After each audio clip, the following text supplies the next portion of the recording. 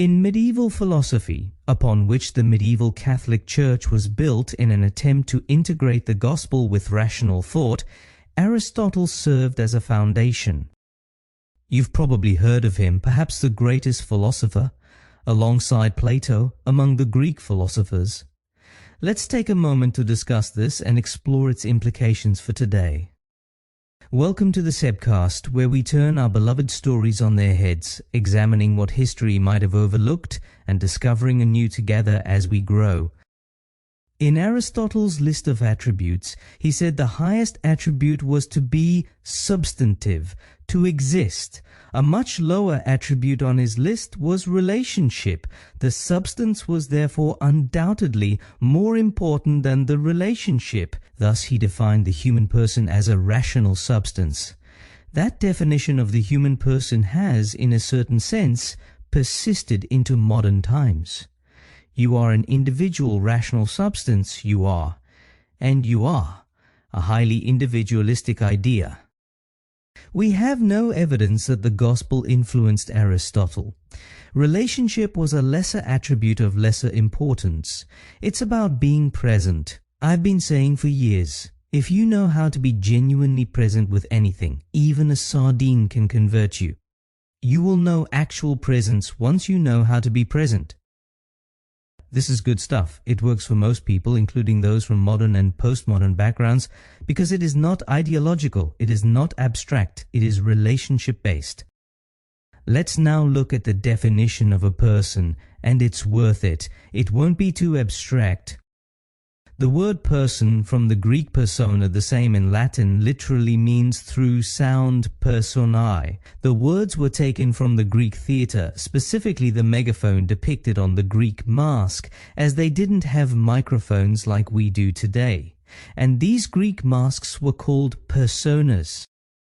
They used that same word to refer to the Father, the Son, the Holy Spirit, precisely because each was a through sound of the other two, a sound that never ceased. Their identity was an outpouring, a self-emptying, and you can only dare to self-empty if you can trust that someone else will fill you.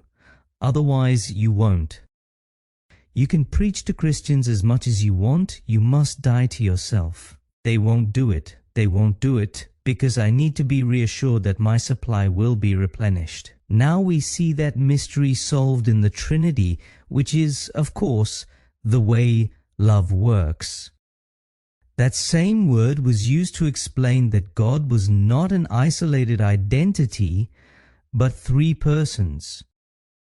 By the 16th, 17th, and 18th centuries, we began to use the word person to refer to ourselves as individuals.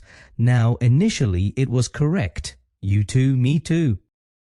I am not an independent, rational substance. I sit here, a product of my culture, my family, my mother and my father, my Dutch Reformed Church, my Pretoria background. All these things are in me. I am not an independent substance. It is a myth that we stand here alone.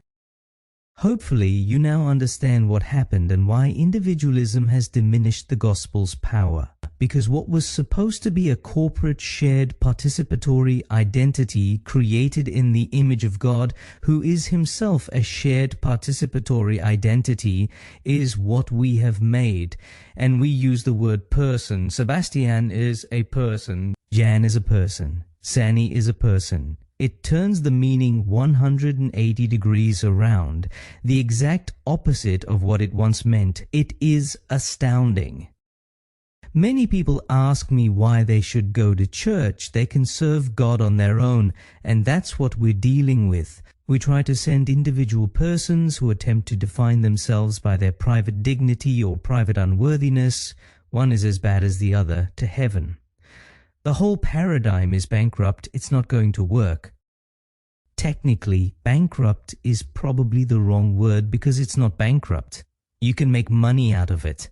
Because many churches scare people, they may join the club to alleviate their fear. While the church and I are so much more than just me, I am also more than just myself.